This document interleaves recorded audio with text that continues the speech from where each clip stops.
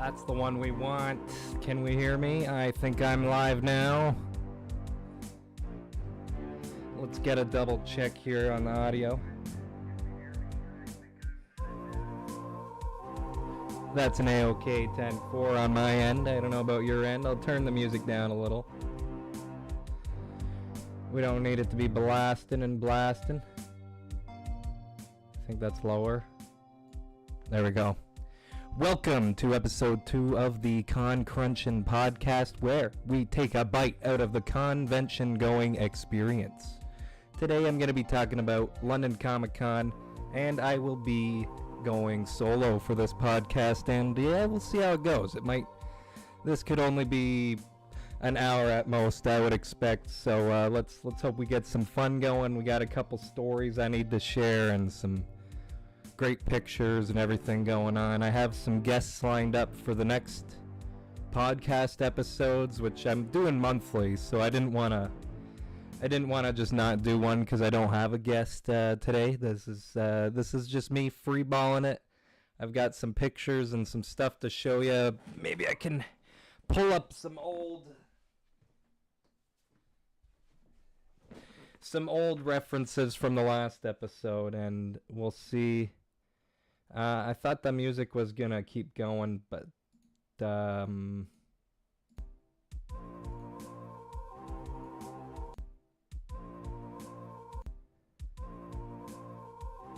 really seems to only want to have one frickin' thing going on, so that's great. Anyways, not a good start to the podcast, but let's move on. We are going to be looking at some photos I've got from, what do you call this? We were at London Comic Con in Canada, Ontario. And let me full screen this for everybody to see. I'm going to pull up. Oh, that's OBS. Anyways, yep, pulling up. Here's some pictures I got of all the people who went and participated at the convention. So here we've got a Griff cosplayer, Halo. It's a character from Red vs. Blue in Halo. Me and my friends used to play Griff Ball all the time. So we literally, we liked this one. And then he's got, it's either Sarge or, I forget the other guy's name, but he's like a maroon color from the show. And moving on, we've got, what's her name? I met her. Cosplay Mother on Instagram. Cosplay_mother. This is her in her Teenage Mutant Ninja Turtle reporter outfit from the cartoon. There was a lot of, there was at least 3 or 4 actors from both the live action 90s movies and the cartoon. And then this is London Superman, beside myself here as normal Superman, or not normal Superman, just not London Superman. So this guy, I'm hopefully going to be meeting him again this month for a blood drive called Suit Up for Jack. Going to be in London on the 24th again this month. Donating blood in costume, or doing a video in costume with the certificate afterwards. Superman, myself, I'm kind of scared of kryptonite needles, so it might be kind of funny. We'll see. I'm not very good at getting my blood drawn. So moving on from that, we had some 501st setups.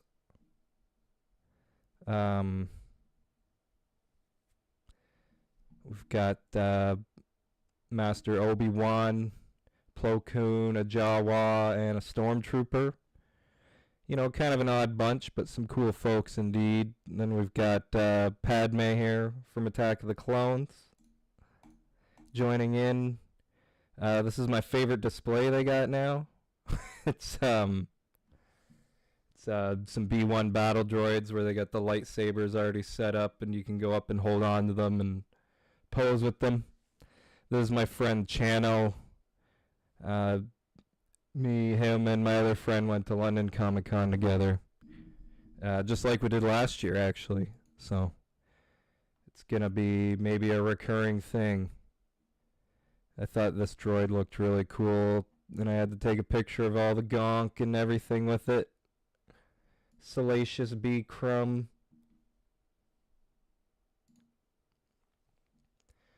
And I saw more Mando cosplayers. Fun setup where Channel got to play with the Doc Ock arms. I don't think you can move around, but maybe if you asked, they would move around for you. Like, not live move around, but like pose them differently, possibly. And then here's I'm posing with Missy Magali, Megan on Instagram and YouTube, and her Poison Ivy, and me and my Kingdom Come Superman. This is a friend of hers, Harley. I've seen this guy at a few different conventions. I should have got his name, or if he had any socials, I don't know, but he is Captain Picard with Kermit the Frog, and he does a really good impression. So I made sure to get a picture with him this time, because I've seen him a few times, and I really liked his mashup outfit. And this is probably the first Judge Dredd cosplay I've seen anywhere, so that was pretty sweet. I don't know if he's wearing hockey pads. Batman might be a little upset about that, but I'm just kidding. Overall, this looks like a really cool. And then, he reminds me of, what's the actor from The Boys, Billy Butcher. That's the guy who plays Judge Dredd in the newer Judge Dredd movies.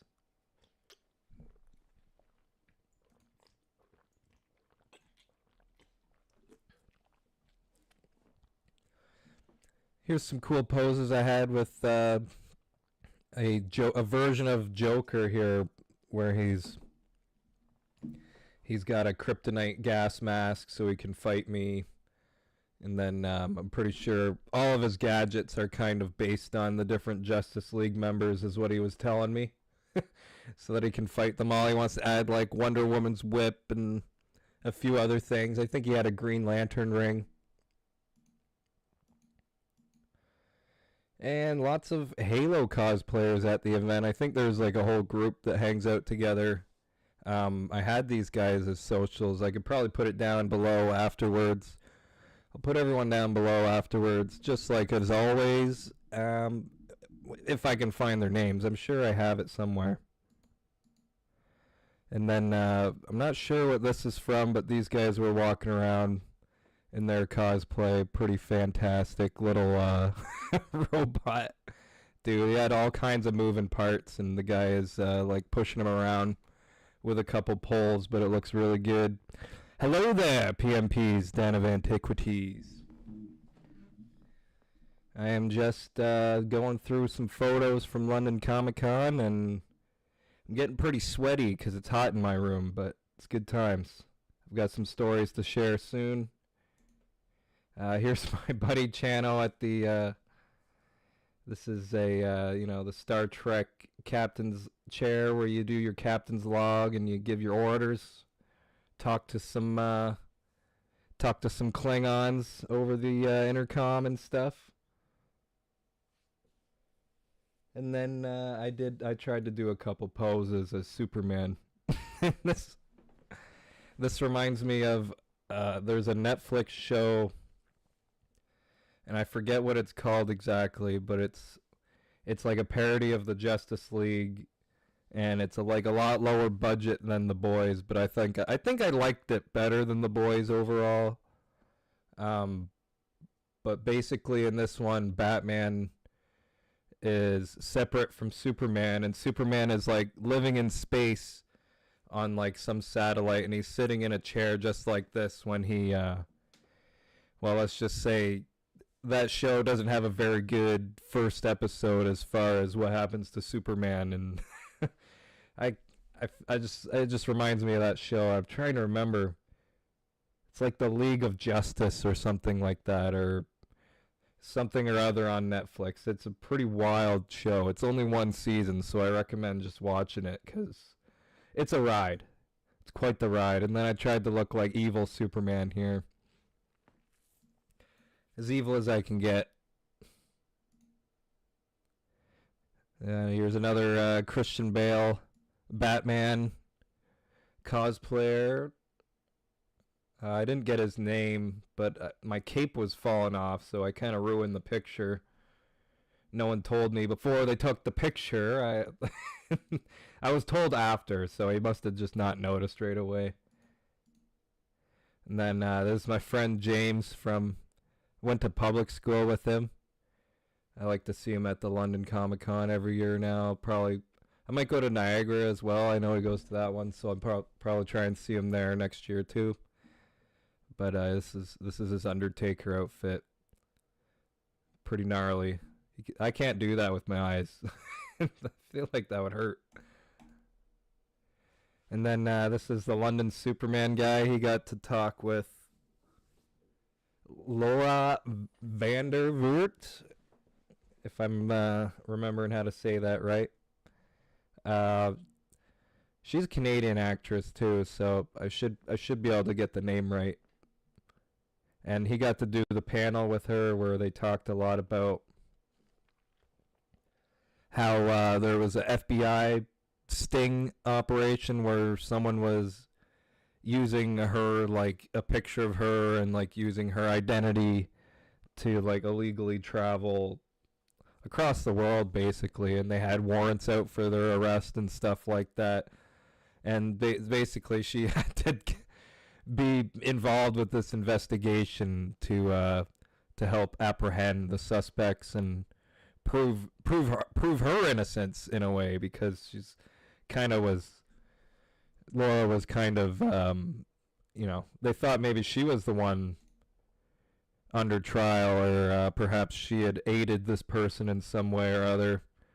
And then I asked a question during the panel, and my question was, what was it like to film the scene, her first scene in Smallville, when she shows up as Supergirl?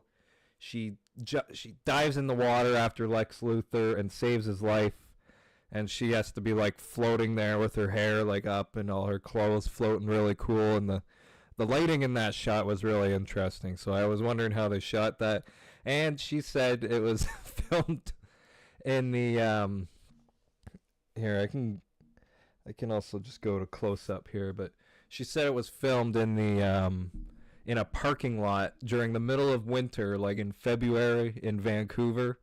So I'm not sure if it would have been snowing. I think she said it was snowing a little bit, but it was cold enough to snow anyways.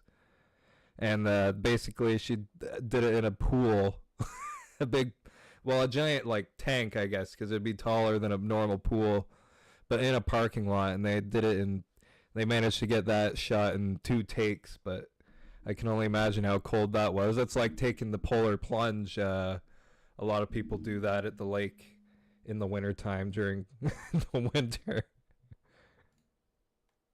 Okay, so we'll go back to the browser, finish off the pics. And I got to meet the legendary Roger Christian. He is a set director and director on Star Wars, the original trilogy, the sequel trilogy, and the prequel trilogy. So he has been involved with literally more Star Wars than George Lucas himself. Pretty cool guy to talk to. He was super enthusiastic to tell me everything about his book and his work and all of the stories he had. It was pretty cool. And what's this say down here? He created R2-D2 in the Millennium Falcon. He created the first lightsaber props made out of old light fixtures that they used for flash photography, which is kind of cool. It's like a flashlight became the lightsaber, like the craziest flashlight in the world, really. And then this is our friend, An Elegant Weapon by on YouTube, and he hangs out with Roger Christian and group Group and Co. selling lightsabers, selling the book. He's got his memoir. It was just released like a week before. Excuse me, I've got it right here, so I'll pull it up on the big screen. And that's this book right here.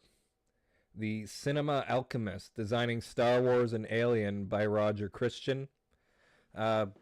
George Lucas himself actually did like a preface, which is pretty rare for George to do, I guess. Like, not a lot. There's not a lot of books where he'll do that for people in their memoirs and autobiographies and such. But just a little excerpt from George's preface. It's, in every galaxy, both imagined and real forces of good and evil clash. Roger Christian is one of the good guys, and with no budget and no time, he, like Luke, did the impossible.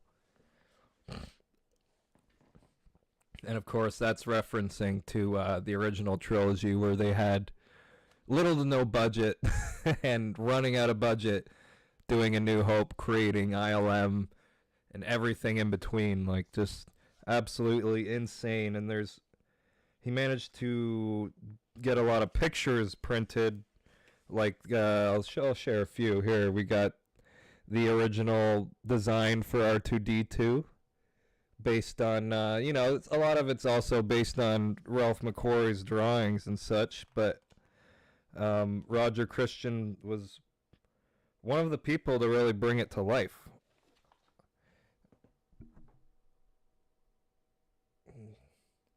Yeah, there's a lot of great photos in here, and I need to finish reading it. I'm not a very fast reader, so that's not really my my strong suit, but I will be finishing this book, and then, before Christmas, I'll probably be done reading this book.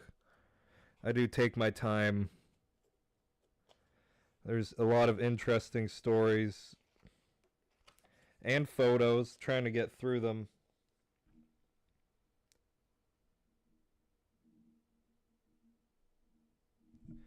So here's the Roger Christian. He invented the binoculars that Luke wears. I guess they were his own binoculars. He invented the gaffy stick that the Tuscans use. Here's that famous behind-the-scenes photo of Mark Hamill holding the lightsaber. Pretty cool. I mean, this guy is literally one of the most... Like, he should be way more famous than he is. I don't know.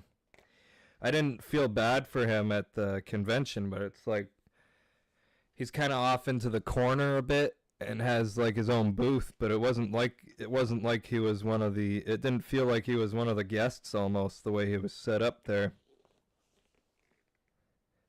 And this man literally created a lot of our childhood out of old airplane parts and the such. He created the Phantom Menace and the Luke's land speeder. I'm pretty sure he worked on a lot of those pod racers. He was the set director he was not just the set director, but the actual director on the Phantom Menace for a lot of it, which obviously Lucas himself, directed the prequels, but hey, this guy was here helping him all along the way. We've even got like some cool stuff that I might share in some future videos. These are some original drafts, it looks like, and screenplays. Bit of a spoiler. I haven't even gotten halfway through the book yet, so pretty fun. He also did work so he's an Englishman, and he's also done work for like Monty Python, and obviously, what's his name? There's that director, Ridley Scott, a few different directors like that he's worked closely with. And yeah, I managed to get a picture with him. He was happy to just hang out and talk a bit, and basically everything I told you is what he told me, and then he signed the book as well. If I can find it, right under. Oh, this is not the greatest podcast. This is mostly just a chill one. But there's the autograph right there. A Roger Christian memoir. Very fun. Excellent guy to meet. And I'm going to learn a lot reading this book. He said it took him about a year to write it. And it took his editor about 6 months to edit it and for him to help the editor go back and forth on everything. So pretty cool. Pretty cool little piece of cinema history I've got here. I can't wait to get all the way through it. I'm literally kind of just reading the introductory chapters. I probably am only on chapter 3 of the book. Hello, the Ren Empire. Welcome again. Welcome to the stream. Talking about Roger Christian a bit here. And gonna move on to these other photos. Sorry, I'm not looking at the camera, but I'm gonna switch it back to the browser. And here's a picture I got with Laura Vandervoort. She was pretty fun. Did like an excellent pose. I think I was, pretty excited. And I almost blacking out at this point. I didn't realize she was even like pointing at me. So that's pretty cool. It's like, it was a fun picture. That's one of my favorite ones. One of my favorite photo ops now. And probably the best picture I have in my Superman outfit. And then this is from last year. My friend Chano and my other friend. This is when we met Lou Ferrigno. Guy is a huge man. And he's still in like really good shape and health, it seems like, for 71. Pretty cool. Pretty cool guy. He talked a lot about he had a cochlear implant surgery. He's lived his whole life with about 80% plus of hearing loss. So he's almost or mostly deaf. And then since he's had his surgery at the age of 69, he said he's got like a new lease on life. And that everything's kind of in living color again, or bit. Sorry, that's like an old show. He didn't actually say those words, but that's how he described it in a way, like his new lease on life, and he just seems so happy to be there. And I was glad to meet him. There's the autograph I got. To Blake, all my best to you, Lou Ferrigno. And I had him sign a picture of him with Stan Lee. Rest in peace, Stan Lee. I'll never be able to get to meet him. I'll never get to meet him or get an autograph. But I felt like this picture with Lou is almost the next best thing, the next closest thing. And also last year at London Comic Con, I got to meet Misty Roses, Lateef Crowder, and Brendan Wayne.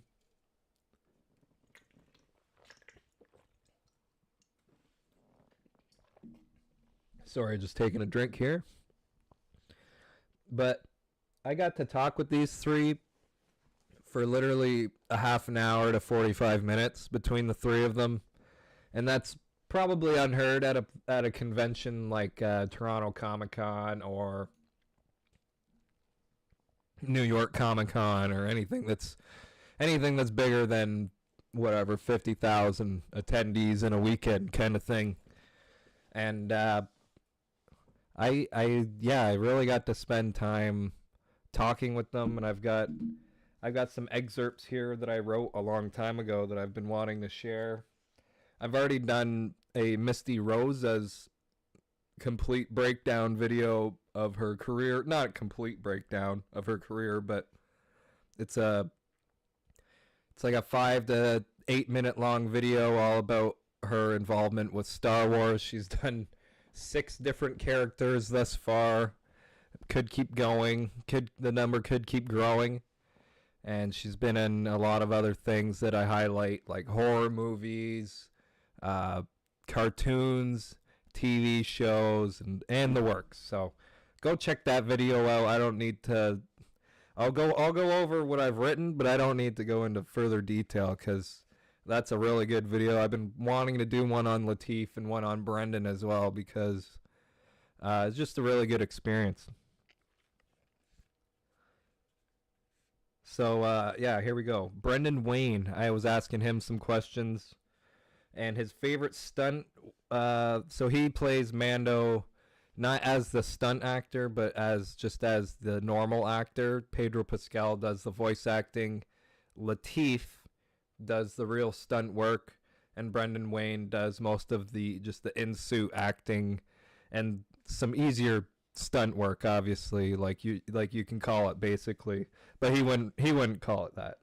So I asked him, and he said his favorite stunt was near the beginning as he gets shot by Fennec Shand and he like falls over. I forget what he falls over, but there's something behind him and he has to fall over it. And then another thing he talked about, because his grandpa was the famous actor John Wayne. This Brendan was a lot more humble than you'd expect from what a lot of people refer to as a nepotism baby. You know, someone who's possibly gained their fame because of their name and who they're related to. And I don't really believe that, because some people who are, no, either you got it or you don't got it, I feel, because there's so many people who are related to famous people that are, they don't got it. And Brendan's definitely got it. Talked about never being starstruck before, with his grandfather being John Wayne.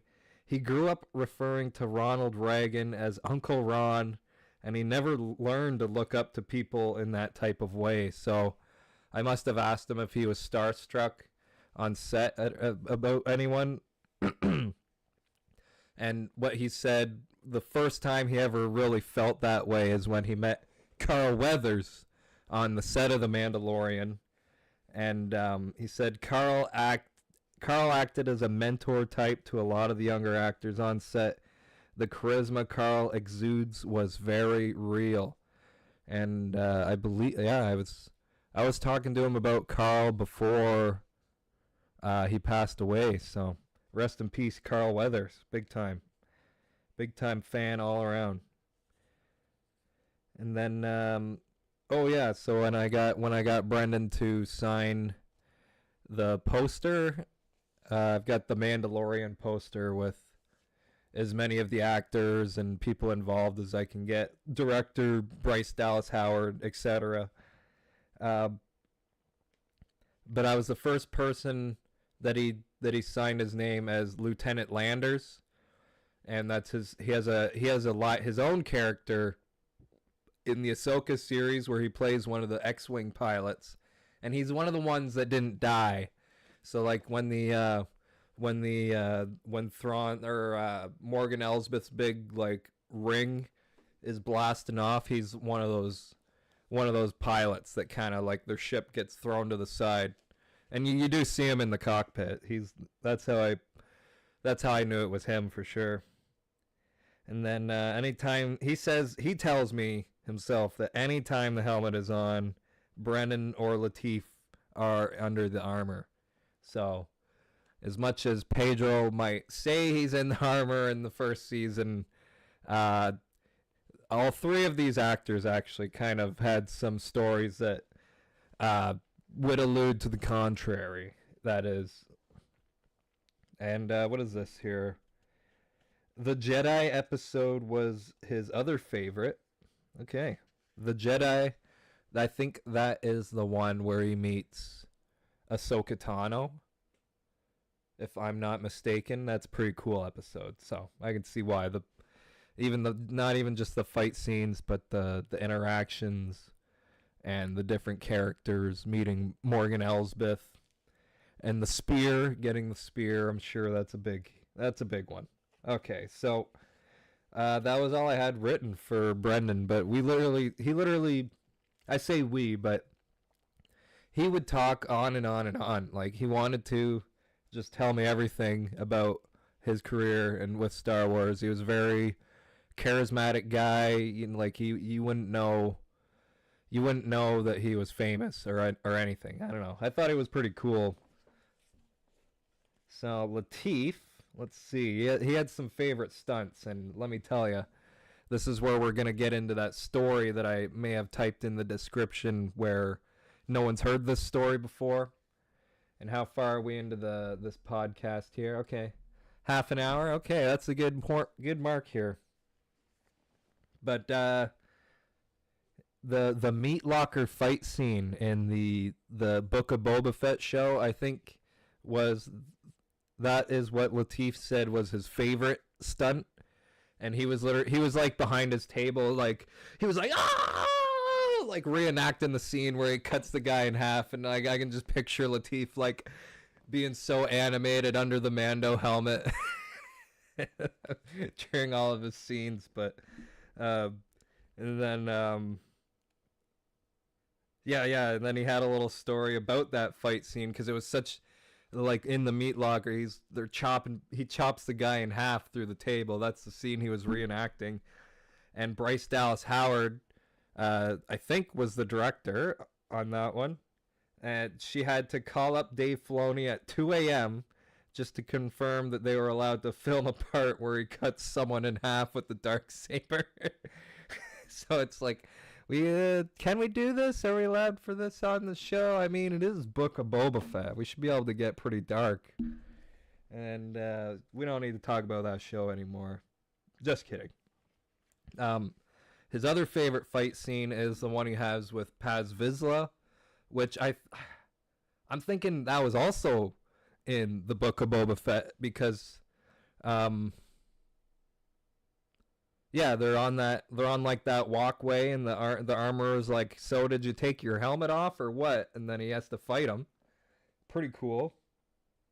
But this was the main reason why that was his favorite. They did perform it on a giant catwalk with like nets below and all that stuff. So like when they're hanging off the side, and he's reenacting it again. He's like, oh, you gotta actually like hang off the side and pull yourself back up. But he got his friend. So Lateef's also worked on Batman versus Superman, and his friend. Let me double check. Yeah, so his friend who was the Batman stuntman stand-in, he got him to come and do that fight scene for as Paz Vizsla, which was pretty cool. And I know there's like a more famous actor who plays Paz Vizsla, not the voice actor Jon Favreau, but there's like a mountainous man who plays him normally in the show. But Lateef got his like a really good friend of his to come in and do this fight scene with him. So it was like, that's probably why that fight scene is so good too. And Lateef himself is one of the stunt choreographers, and he's won an award for the Ahsoka series, I believe it was. So that was pretty cool. No Book of Boba Fett talk here. Well, we're going to have some more, unfortunately, for you, because that's where the big story comes in. Let's see. He describes the cast of the show as a family, and I thought, like, these three, they definitely acted like they were all siblings or something. Had a really cool vibe. But when I went up to do the photo op with them, they were all like, I walked around the corner, and they're all like wrestling each other and like doing different poses for their own photos with the photographer before I even got there. So I thought that was funny. I was like, let me get in on those. Like, and let's see. Yeah, Lateef talked a lot too. He really good, thorough at answering the questions. And I asked him about working with Dave Filoni, and he said, whenever Dave Filoni was around, you could always see him in constant thought. Like he was always planning so far ahead and always thinking about the lore. And we should expect to see Mando and Grogu back again in the future. And this was before the movie was announced. So there you go. And I asked Latif how they filmed the scene with the Rancor biting Din Djarin's head in the in the book of Boba Fett.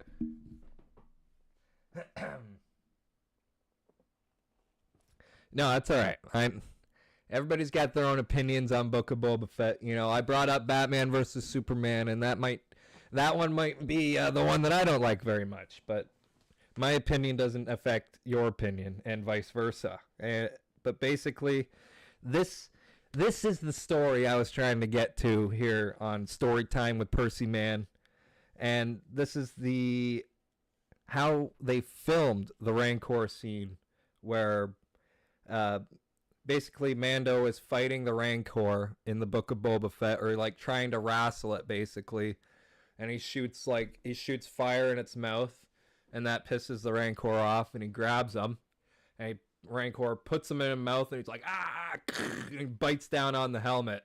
So I asked Latif how they filmed that, and let's see here. I'll try and read what I wrote.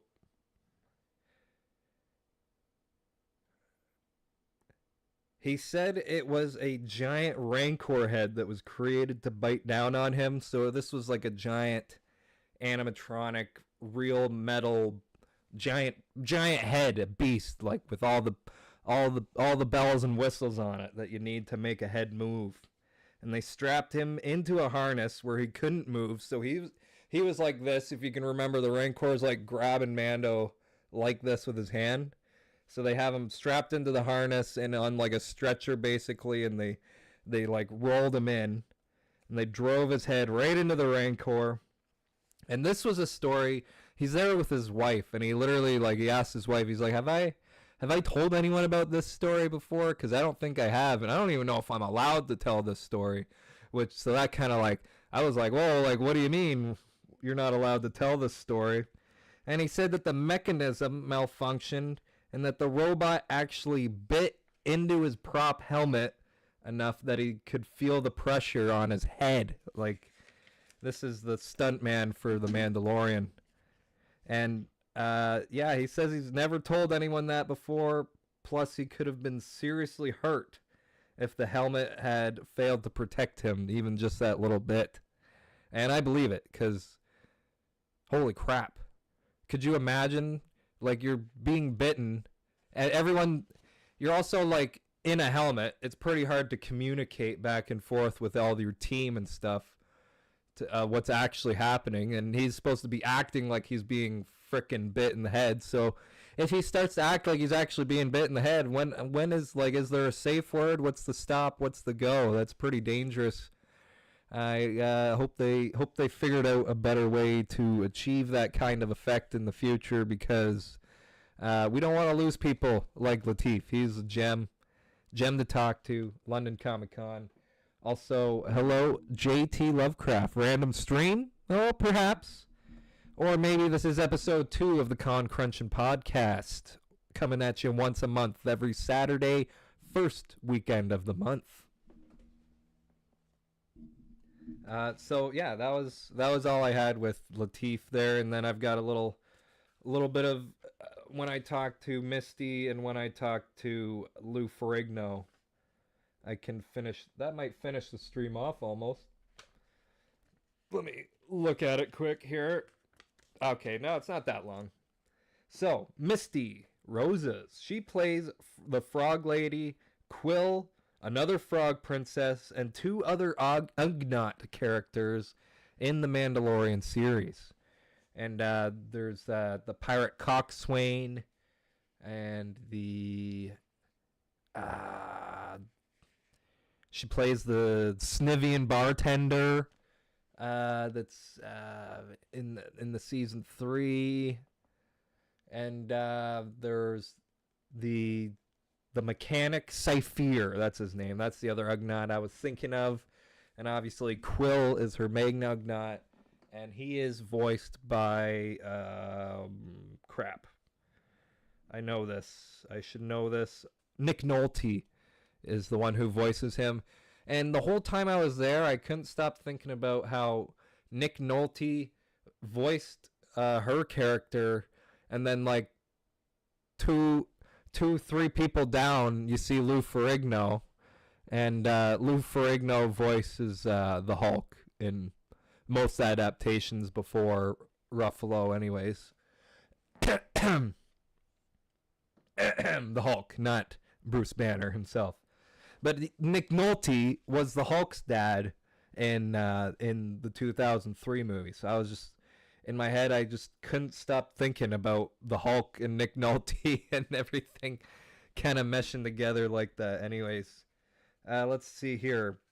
There's an episode in Mandalorian season 3 that really interesting episode, more of a fun episode, like a side quest almost, and it's the one with Lizzo and Jack Black. This was Misty's favorite episode to work on, it turns out, because not just because of the legendary people she got to work with, like Jack Black and Christopher Lloyd, who was also on set. Bryce Dallas Howard was the director on this one as well. And she said that, there we go. Jack Black stuck up for all of the costume actors at the dinner scene. So this is where she plays a princess at the frog scene, like Lizzo and Jack Black. And she liked this scene particularly because she got to act with all of the other costumed actors. It was kind of like a big group effort and probably a big ordeal to get it all together, I'm sure. And Jack Black stood up for all the costume actors, making sure the air conditioning was cranked up all the way and that everyone was getting enough water breaks, because what's more grueling than spending probably all day in one of those costumes? You got like thick silicone that matches your face, and a costume that covers your entire body. Very, very sweaty indeed. So that was cool to hear about Jack Black being a cool dude behind the scenes. I know Jack Black's getting a bit of flack recently for the Minecraft thing. I agree. But he kind of also did the same thing in The Mandalorian, and as much as I wasn't on board for it at the time, I can respect it. I feel like it was a fun episode in the end. And Chris Lloyd's character I actually really liked, because he was a separatist. She got to know Brendan Wayne really well during all of their scenes together, playing as Quill. And the trio really seemed to get along like a bunch of kids. What was the other thing? Her other favorite... Yeah. Her other favorite scene was the first episode, because it was like she's riding on the blurg as Quill. And she said it's like the first time she really felt like she was in Star Wars. Like, this is real. This is happening. Big time. Real life. In her face kind of thing. And it was also the first time she met Brendan Wayne. Literally the very first episode, Pedro Pascal wasn't even there. It was Brendan Wayne, and that's the one where they meet. I believe that's the first episode where her and Quill meet, or where him and Quill meet. And then I had like a joke question for her, which was, does she have a love-hate relationship with Grogu after he ate her offspring while she played the Frog Lady? And basically she said she loves Grogu too much to hate him, and that she forgives him for eating some of her offspring because she knows that he's young enough himself to not really know what he was doing, and that it was an accident. So I thought that was a pretty good answer. She liked playing with the puppet Grogu too, and the people who control him were doing some fun stuff for her. And there's like a mini doc on YouTube that talks about the production of The Mandalorian, and she talks about how like she would listen to all of Nick Nolte's lines over and over and over and over in her head, and then like she would work in tandem with puppeteers that would like move her mouth, and she would have to like move like the rest of her face. I think there was another puppeteer controlling the eyebrows. Quill apparently was a crazy costume to bring to life. But yeah, so first episode was probably her favorite. Oh yeah. Yeah, we don't need to talk about the why the tour was canceled, but yeah, I heard Borderlands, that movie looked pretty bad. I feel like at least the Minecraft movie could be funny. Borderlands did not look like anything at all. And this will be the last thing I say about Jack Black. I do like his voice acting, even though that was Claptrap he was voice acting, I guess. I wish he played an alien in Star Wars. I feel like he could have been a really good alien character. But not that that's a wasted opportunity. That's something they could still do. I do like him as Poe, the Kung Fu Panda, and I especially liked him as Bowser in the Mario movie, where, you know, maybe not everyone who voice acted in that was so great, but Bowser, he put it all in for Bowser. I like that about it. So I've got this last little bit about Lou Ferrigno. I already talked about it, so it was boom, boom, boom.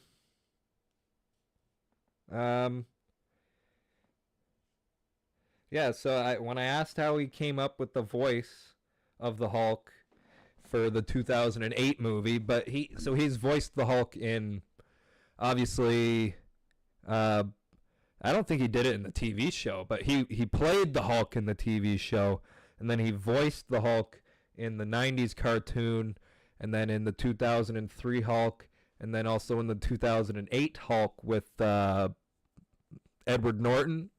He voices the actual Hulk. So, smashing! That's Lou Ferrigno. That's the voice I hear in my head when I read Marvel comics with the Hulk in them. And he was pretty cool. He was pretty excited to hear me say that anyways. Yeah, he said that he jokingly accepted like the role at a Comic-Con convention, and he ended up actually doing the voice of the Incredible Hulk. Also in the first Avengers movie and in Age of Ultron. Or is that the first one? No. I think that's both. I think that's the first two Avengers movies. He did the voice as well. And when I asked him about the makeup and such, he said between healing his body and working out, doing the makeup was the most grueling part of everything, and that he was actually all of the anger that you've seen on screen was his real life anger from having to sit there for more than 3 hours in the full makeup, as they put prosthetics on him too. Like his forehead doesn't actually look like that, folks. There's a video of him like peeling it off where he's like, oof, and he's just like, big sigh of relief, like he's taking a whole I don't know. I don't want to say like he's just finished taking a whole, you know what, on the toilet, but big sigh of relief. And let's see. He told us in his during his panel, he talked a lot about the crap. What was I gonna say? He talked a lot about his working out and stuff, which is super cool. He was Mr. Universe, Mr. Olympia as well, I believe. And you think Arnold Schwarzenegger is a big dude? Lou Ferrigno, I think, towers over Arnold Schwarzenegger by about 4 or 5 inches, and then probably has a good 50 to 80 to 100 pounds on him as well. Any more I can't say. They're both getting up there in age, but when they were both super big and you could see videos of them hanging out together, you could see like, wow, this guy makes Arnold Schwarzenegger look small. So they picked the right guy to play the Hulk. And basically, he said the key to staying in shape, because he's still in phenomenal shape at the age of 71, is to be consistent. And what he's always done is work out at least 40 minutes a day. High intensity workouts for 40 minutes a day was kind of always his routine. And obviously genetics, other things helped out. You know, good on him for keeping up this health streak for so long. He's actually seems like he's doing really well. And like a lot of these bigger dudes, they don't always, you know, have the luck with the health in the end, you know. And I feel like he's done really well. He talks about never drinking and never smoking, and basically you can't just be good on the weekends. You have to be good all week. That was like one of his things he said that really stuck with me, and I thought that's cool, you know. Like, and I've been trying to consistently run ever since, basically, with that, keeping that motto in mind, which is, you know, you can't just be good on the weekends. You got to be good all week. Sorry, like Sunday to Saturday, all week. You got to be good. You can't be having those cheat days, and you can't be snacking too much, and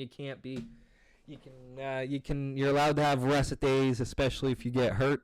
Don't overexert yourself, but yeah, just consistency and keep going. Don't stop.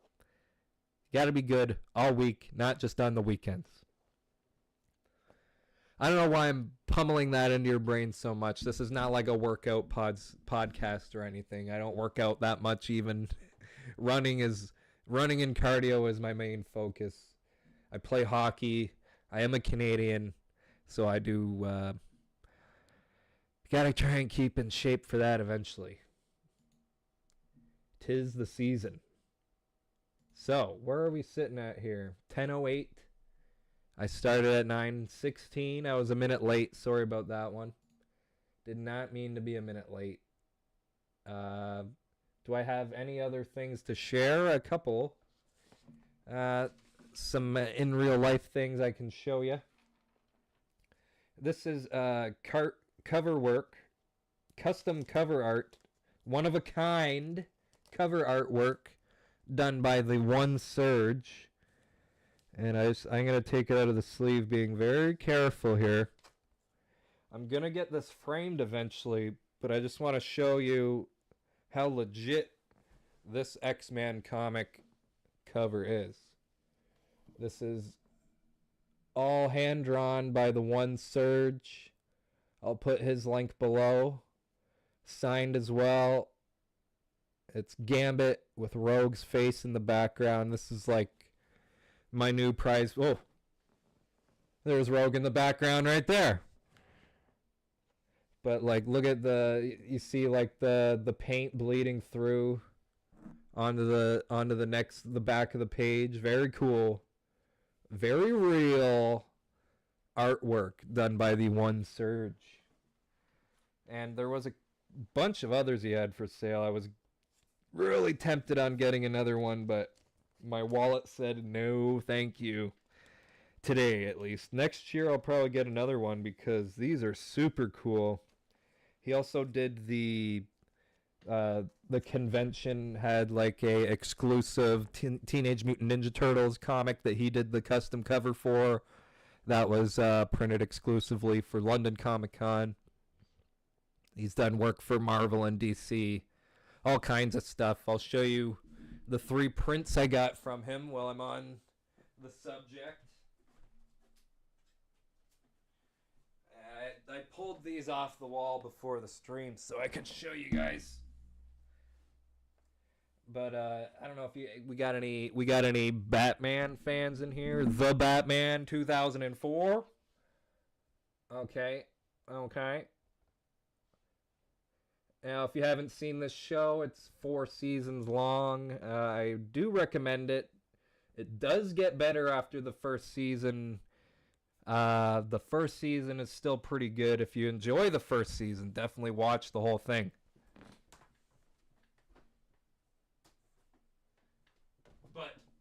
do believe that the famous "The Batman," like that song that they play every time at the beginning and end of every episode and throughout the whole episode, gets kind of annoying in the first season. Second season, they totally changed up the music and made it a lot better, in my opinion. And here's another one by the One Surge.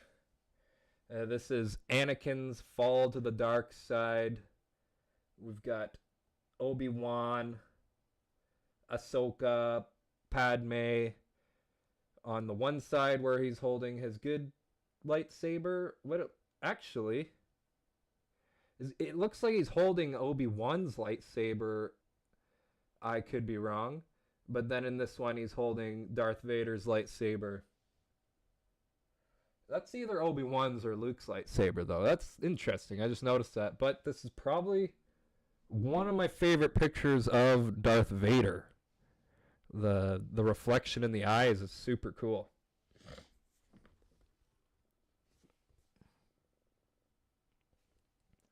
Hard to tell. He could be on Mustafar there with Vader's castle in the background.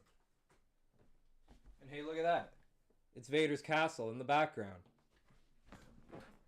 And then finally, I got this print. These prints, I got these are just prints, these aren't originals, but they're by the One Surge. And I got them for free with that comic, basically. But this is from Batman, the animated series. And even more characters were drawn on this one. Definitely goes well with the Batman. Let's see, maybe I can do a quick rogues gallery. Batman, Robin, Batwoman, Harley, Dr. Freeze, Two-Face, Clayface, Bane, Penguin, Ra's al Ghul, Joker, Poison Ivy, Croc, Killer Croc, Riddler, Talia al Ghul, maybe, Catwoman, Jim Gordon, Alfred, and I know his name, Bullock. Is that everyone? Oh, you might not be able to see it, but the Scarecrow's in there too, hiding. Hell yeah! Did I miss one? Yeah, I did. I messed up. This is the Penguin. And this guy... Uh-oh. Clock King, maybe? I don't know. I think there's one I don't know on here. Pretty cool. That's pretty much the end of this podcast, though. I've got these 3 photos I was trying to share last time, so I'll bring them up quickly. It's the previously on X-Men by Larry Houston, director of the old X-Men cartoon and main consultant on the new cartoon. This is a drawing by him too, so that's pretty cool. He does a lot of comic book work as well. And then we've got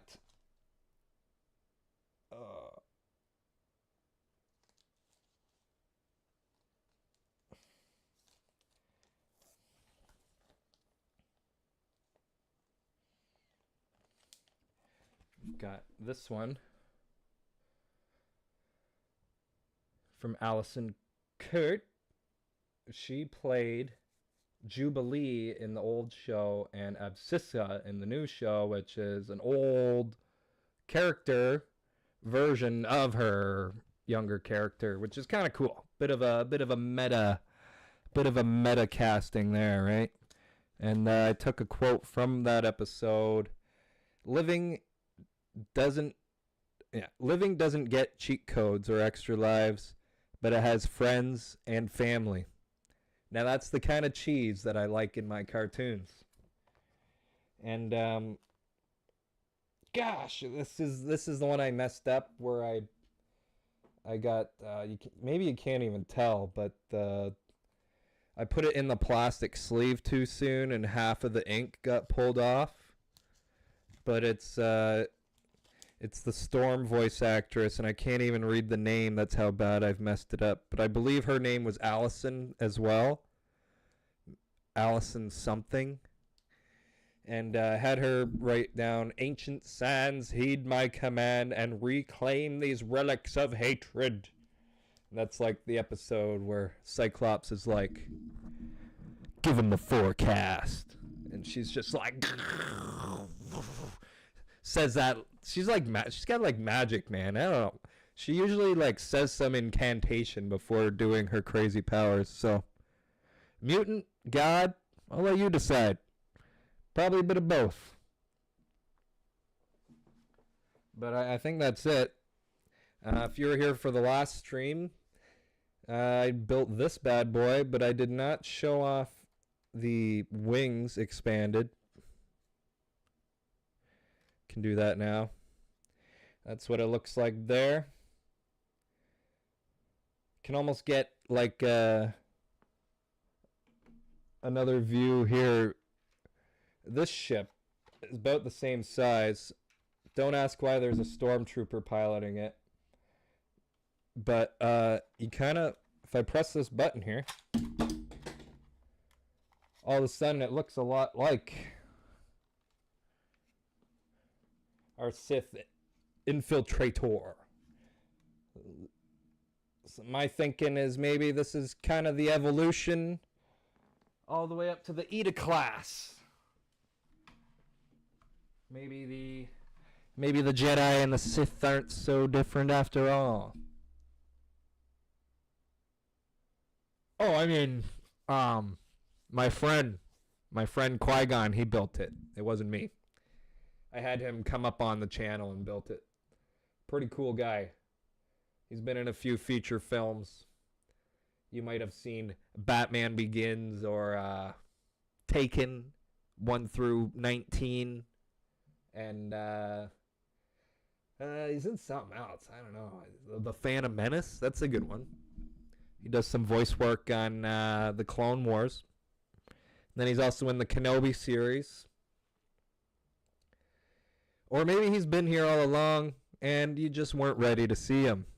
I've been Percy Man, and whether you're watching this today, tonight, tomorrow, or in 3 years from now, thanks for watching, and may the Force be with you, because this is Star Wars with Percy Man, and that's just going to be how I end these shows. Goodbye.